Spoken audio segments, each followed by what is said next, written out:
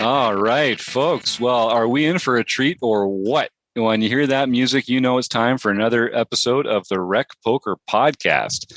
I'm the luckiest guy in the world. My name is Jim Reed. I'm going to be your host today. Bluff Storini in the home game, and you can find out about me and all the other members of the Wrecking Crew by going to rec.poker/crew. But you could also just listen to Rob Washam because he's about to tell you right now where you can find him. I'm Rob Washam. You can find me as Ratman50 just about anywhere you look. And anywhere you look around Rec Poker, you're going to see lots of amazing stuff, mostly thanks to our sponsors, the website AMP and Running Aces Hotel, Racetrack, and Casino. So thanks to them for making all this possible. And thanks to our premium members who are chipping in $15 a month to help us keep the lights on here. It's a great way to show your support. Whether you're taking advantage in our learning materials or not, it makes a big difference to us, and we really do appreciate it. So folks like Roger Lamp, Roger, who I play in the home games with all the time, Aman Shamu, who's been on a streak recently. I saw him in the winner's circle not too long ago. And folks like Dan Wick. Dan's an active member in our strategy conversations. He's been a participant in the Focus, where he did some hand breaks down himself with Flopzilla. And another great premium member here. So Dan and Roger, thank you both very much for your support. And for everyone else, you can go to rec.poker/support and find a way to keep us going, whether it's for free, just by liking or subscribing to a couple things, or going to our Patreon page, or like some of these wonderful folks becoming premium members here. Because that's what we're all about here at Rec Poker, sharing our love of poker and our learning of poker with every other amateur, recreational, thoughtful, serious, fun poker player that we can find. So thanks for tuning into the show. Kind of got us off the rails there a little bit here, but it's Monday night. Every Monday, we record an episode of the podcast. We're usually stealing each other's chips in the Play Money home game on PokerStars. And we're going to take a post from the Rec Poker forums and talk about it here on the air. So I always encourage our listeners, go get a free account at rec.poker and read up in the forums yourself. It's perfectly free. All it takes is an email address and a smile. And you can see the images that people upload. People upload different solver outputs, hand history files, a lot more information than we'll be able to get into here on the show. But go and check that out. And we're also joined today by John Crowell, who's an active premium member who's been sitting in on a few of these podcast episodes, like all our premium members are welcome to do. So thanks for coming, John, and sharing your 2 cents. You're welcome. So this is a spot that our very own Rapman50 posted. And this is a spot that comes up, I think, for a lot of players, where we're holding, in this case, Rob's holding pocket eights, which is a pretty strong hand. And we just see some action in front of us that makes us unsure about how to proceed. So Rob, I'll run through the opener here. It looks like you're in the big blind with about 30 big blinds, and most of the other players at the table cover you. A middle position player raises to 2.2. They get a call from the cutoff. The button raises to 7.5, and then the small blind calls and comes along as well. So we've got a pretty big pot already. Assuming the open raiser and the caller call, it's going to go 4-way plus you if you choose to get involved here. And holding 8-8, it is kind of a what am I going to do moment. And I'm sure you considered folding, calling, and raising, because those are the big three. Why don't you just take us through what was going through your mind and when you decided to put this post out here? Well, it seems like these multi-player spots happen so often in the small ACR tournaments that I play. Yeah, I'm playing usually around anywhere from $3 to $10 tournaments. So I'm playing these little ones with tons of players. And then early on in the tournament, you see all kinds of really weird action going on. I mean, I don't know if, players are thinking, well, I'm just going to see if I can double up or rebuy or what's going on. But you see a lot of really weird action. And then even here where we've gone quite a bit deeper, because, you see some people that are in the 30 big blind level. So, we're a little deeper in the tournament, but we're still miles and miles away from the money. And you see all of this type of action going on. It's just, it confuses me. Whenever we go multi-way, it just confuses me. Because, you get the big, in online, you're watching the table, and the first thing you see is your cards pop up. You go, I got pocket eights. Yep. And you start doing it. You get up from your chair and start doing a little jig because you're real happy because you got a real hand for a change. It's not 2-7. It's not 4-9. It's not, some crappy hand. You got actually something that you feel you can play. And then this happens. And you go, oh, man. So what are you going to do with that? We got some good responses in here. Mm-hmm. Tim Fritz posted that he has run this spot in a lot of different sims. And he says we have, once it's open, flatted, and 3-bet, our range massively shrinks. We're usually only going like Jack, Jack, or Queen, Queen to continue with. Ace 10 suited to Ace Jack suited and Ace King, Ace Queen offsuit. So a very tight range. Basically, not even 9s and 10s are hands that we should be folding here. So according to the sims that Tim has run, Jacks is probably the only hand you want to proceed with at this level. Yeah, and that puts us in a tricky spot for sure. It's Tim Misclick Donkey Fritz, another member of the Wrecking Crew. He's a great member of the crew here. And I guess, when we're talking about that, this is as a call, I guess, because we're obviously, these hands were probably shoving at all. Proceeding at all. Whether you call or you shove, or because there's no 3-bet size or 4-bet size, it's not a shove. Right. So we're looking at either shoving or folding. There is no raising here. My first instinct is, I'm just going to shove it in. Mm-hmm. The problem is, if one person had raised, I may have done that. If one person had raised and another person had called, I probably would have 3-bet. I probably would have 3-bet to 8, because I think you could probably 3-bet to 8 without having to go all in. Mm-hmm. Mm-hmm. But when this kind of action happens, you don't have the option of 3-betting. You have to 4-bet, jam, or fold.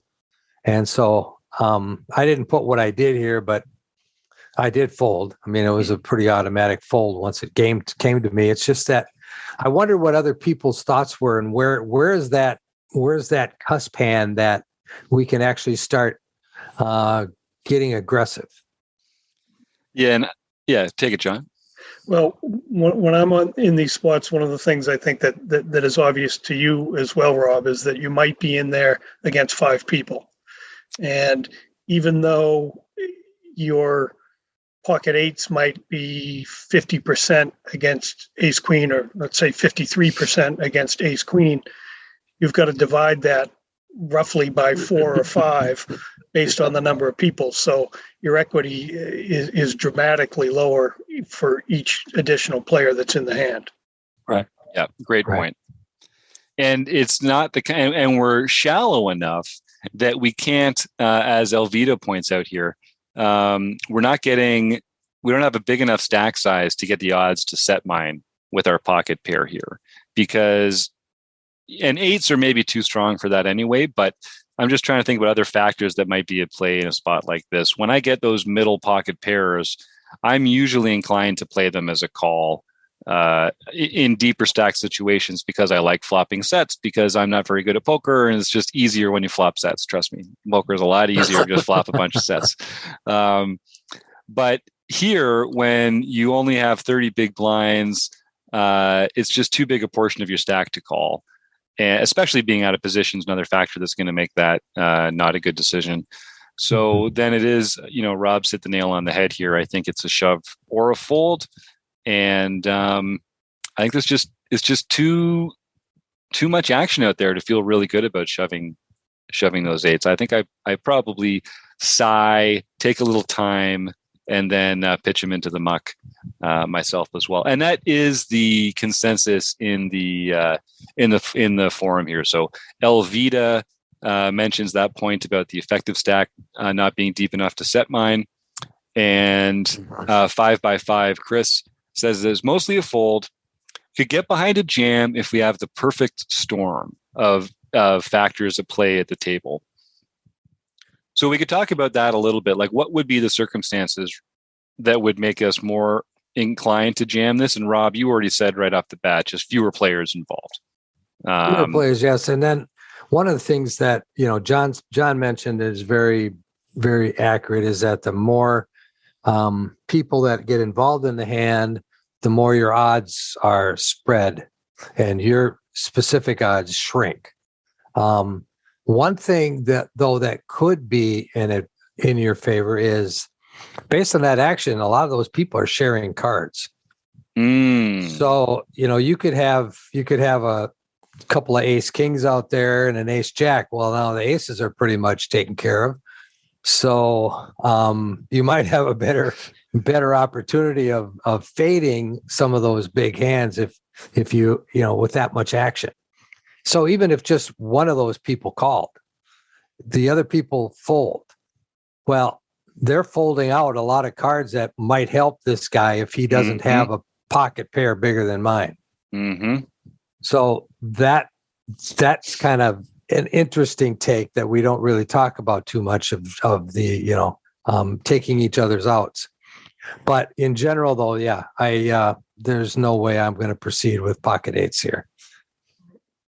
Yeah, and that's a great point, Rob, about sharing each other's outs like that and counterfeiting each other, because that does kind of skew us towards preferring to have a big pocket pair in spots like this as opposed to the two overcards. Whereas in some cases, you might even prefer to have ace king or something in a spot. John, did you have something there? No, I was just wondering about the buttons range here. Yeah, with that three bet, and assuming, as Rob said, if we were in this hand with less players, would we proceed if it was just the original open and the three bet from the button? Because obviously the three bet from the button could be a lot lighter than someplace else, and whether technically a pair is a favorite to an ace king or an ace queen or an ace jack, and they would certainly have plenty of those in their range. Would we be calling this if it were just the other two players in the hand? I think if let's just say as long as we have an open and we have a call, and then we have the button three betting. So the button is in a perfect squeeze situation, which means that his range now is a lot wider because he's in that squeeze spot. The opener has to have a really strong hand to call or to go over the top of a three bet. And the person that just called the original open can't have that big of a hand. Otherwise he would have three bet. So you got that squeeze going on that button could be taken advantage of. The problem is the small blind called. Right. It's like, oh man. Now, if the small blind hadn't called, I might take that initiative and just go ahead and jam this, expecting the first two players to fold and be up against that squeezing range of the button. I love that. That's what I was thinking too. I mean, it's got to look super strong to the original razor to get called and then three bet and then have this cold four bet come out of the blinds like that. A cold three bet call. Oh, I meant in the world where they didn't call. Yeah. Where you are taking that. The three bet did a cold. The small blind cold three bet. Cold called a three bet. Yes, a three bet. Yeah, and that's stronger than that's very strong. Yeah, they shouldn't be doing that. And let's just take a look at how many big blinds were they coming off. At that one, the small blind had 37 big blinds. So they should not be calling 7 big blinds off 37. very wide. If I had to guess, I'm putting them on like nines through jacks, maybe like ace jack suited or something very particular like that they felt like they couldn't fold but didn't want to four bet with. And that's the player that alarms me. That should be such a super narrow range that has us beat pretty bad. But if you think, look at Chris's response, I put the stats of the players that were at the table. So the small blind, I had 64 hands on them, and they were at 21% with 0 raises, pre-flop raises, and 0 3-bets. So they're VPIPing 21. 20%. They're 21-0. Right. 21-0. Right. 21-0-0. So it's like they're very passive, but the fact that they're cold calling a 3-bet means that still has to be a very strong range. Does it though? So last week on the show, it was the three of us, and we were talking about leveling opponents, right? So this is a spot where if we think that this player is a savvy player, then that calling range in the small blind should be tens, jacks, and a very narrow, strong range. But if this is a less savvy player, maybe they just like calling. Like maybe they don't understand the what has happened here, how strong the action is to get the open, the call, the 3-bet. They're just like, well, I've got 7-8 suited. Maybe I'll hit a straight or a flush. If we had more information about this player, that might be the TSN turning point for me that made me decide that it was time to shove, because this is the player that I think has, I guess, other than the under the gun or other than the original Razor, they haven't really capped their range yet. The original Razor is uncapped. Yeah. So they could definitely have a strong hand, but by jamming here, we're probably going to go against one of those initial 3. Yeah. And depending on how passive the small blind is they might just call with any old garbage that they might be calling with anyway. Right. They're not prone to be raising. So, you might almost be able to get away with it in this spot because you're putting the ultimate squeeze on 4 players now. Mm-hmm. Because it does present as very, very strong. It does present as very, very strong. So yeah, I think that's that small blind player that's calling. That's the one that really, I think, sort of, if we knew more about them, that might help us understand if there was another play to make here. But I think I'm finding the muck.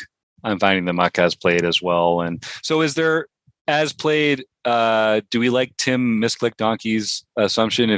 Would we get it in with jacks here? Ace Queen. Let's say that we cannot call. And I don't think we can call, really. No. No. I mean, we're not. It's allowed. No one's going to arrest us. But right. I don't think we should consider it. So if we are playing shove or fold, what do you guys feel like, personally speaking? What's the worst hand you're going to shove here? The worst pair and the worst unpaired hand? Because I think we're all shoving kings. We're all shoving aces.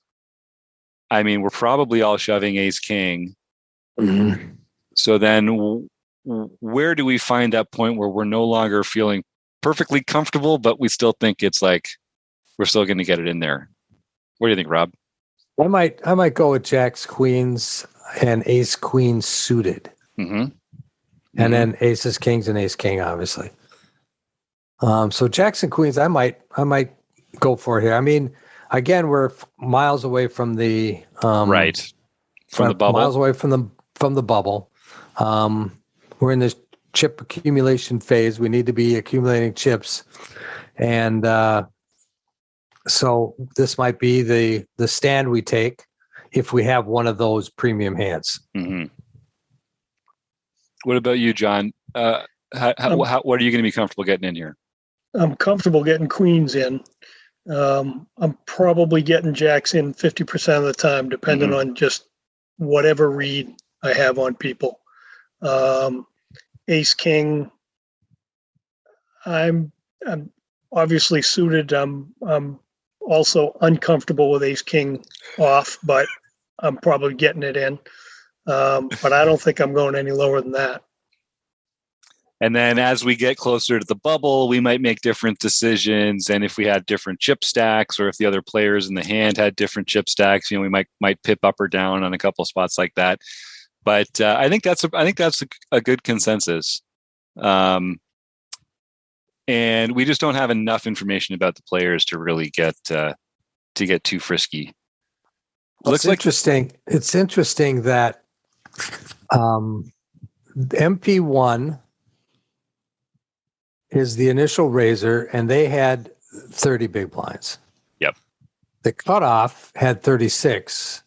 The button had 51, and the small blind had 36. So now we are putting a lot of pressure on some 30 big blind stacks because we can do a lot of damage to them if they called us. So, this might have been a spot that I should have taken. I don't know. Talking yourself back into the shove here. Well, when I look at I will say when I look at these stats, the button's running 25. So his VPIP is 25. His PFR is 14. And his 3-bet is 9. So 9% is a pretty robust 3-bet range. We've got 103 hands on him. So it's still a pretty small sample size. But if he is 3-betting 9%, then he's squeezing even wider than that. Yes. Yeah. And in position like he's going to be, that would indicate to me that he's probably going to he or she's going to feel a little wider there as well, a little more comfortable. So maybe that button 3-bet isn't as strong as we've been thinking it might be out of the textbook. And then that's such an amazing stat on the small blind player, 21-0. You just don't see that in the wild very often. So it's 64 hands. 64 hands. Yeah. It's not small. I mean, it's not a small. I mean, it really doesn't, overall it's probably not that significant, but in the context of this poker tournament that we're in, it's pretty significant because ACR has this habit of moving people around all the time. Right. And it's like you go all in on one hand, the next hand they're moving you to a different table. So it's hard to get stats on tournaments very much. So the fact that I have 64 hands on this person means I've been at the table with him for a while. Right. Yeah. Yeah. Chris Jones is so smart. So he's got this note in the bottom of his forum post here. It says, if I knew the button was 3-betting too wide and the small blind was passively calling too much, then I could get behind a jam because now we're mostly against the wide opening and flatting ranges from MP1 and the cutoff. We might actually get this through in that case. And when we don't, we may not be in that rough of shape. But I don't think we have enough data or quite enough of these extremes to go for it. So I like a fold. I think that's probably right. Probably Chris. Right. That's why he's the director of membership content. Yep. And I'm an old nit, so I folded. That's why he's playing in the Venom and we're not. That's right. Yeah. I'm playing $6 tournaments and he's playing in the Venom. Oh, that's great. Yeah, well, that's a good conversation because when we first looked at this hand, we thought, okay, relatively trivial fold. But I love talking about poker with you guys because we just find all these different factors to consider. We find a few rabbit holes to go down, and all of a sudden it's like, turns out poker is a little more complicated than we thought. Saints preserve us, man. I mean, how are we ever supposed to answer a simple question ever again? It's always, it always depends, doesn't it? Oh, well. Mixed. Just say, Rob. Just say that you fold and shove according to a mixed strategy. Yeah. And you just never need to reveal the details of the mixed strategy. That's my new go-to. I'm like, I'm perfectly mixed in this spot, and I just make the right decision every time. Yeah, that's the best way. That's the best way. All right. Don't have GTO solvers for multi-way pots yet, so true. So you have to really look at your opponents and especially online, you're looking mainly at their stats and any notes that you may have taken on them from previous actions. So, it'd be a lot easier in a live tournament. Right. In a live tournament, I would look at this and I would be folding so fast. That's not where I thought you were going to take that at all. So you're saying just because the players live, they're not as tricky, like they're going to be more honest about their raises. They're going to be more straightforward. Yes. Yeah. Most of the time, they're going to be more straightforward. When you're talking small stakes, daily tournaments at the casino, a lot of the players are going to be very straightforward. Yep. Now you get into the higher level ones, say 200 or more buy-ins, maybe the $500 buy-ins, you're going to get some more studied players that are capable of doing some of these things.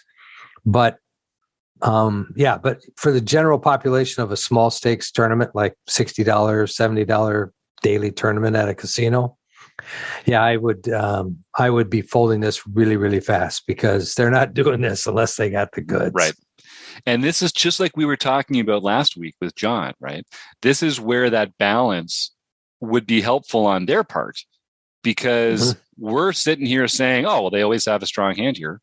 I can exploitatively fold my pocket eights and not even have to worry about it. I'm going to sleep perfectly well tonight. I'm not going to wonder because this player is not sophisticated enough to have a balanced range here. So, we exploit them. We exploit them by folding to their strength. And that's a key play.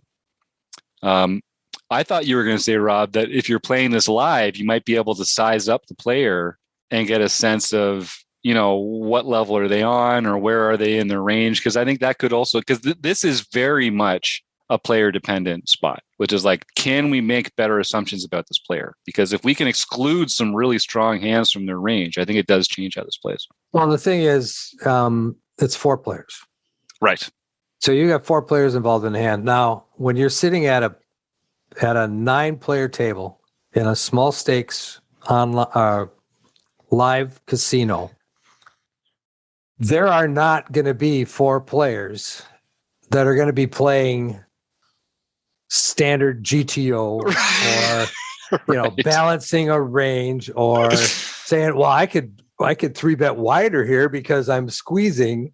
There's not going to be that many players that are going to be able to go to that level, like we were talking last week, be at that level. Right. So that 1 or 2 of these players are looking at their 2 cards and saying, I'm going to play. Yep. Good point. Yep. And they didn't drive all that way just to fold. Exactly. They didn't drive all that way to go out right away either, to drive home. They want to play for a while. So. That's awesome. They're not going to get involved unless they got some real cards. Yep. Yeah. So danger, Will Robinson. All right. Well, I think that's a really good conversation. So thank you to Rob Washam. Thank you to John Crowell. And of course, Misclick Donkey, Elvita, and 5x5 for their excellent forum posts. And Running Aces Hotel, Racetrack, and Casino. And a website AMP. And you, the listeners.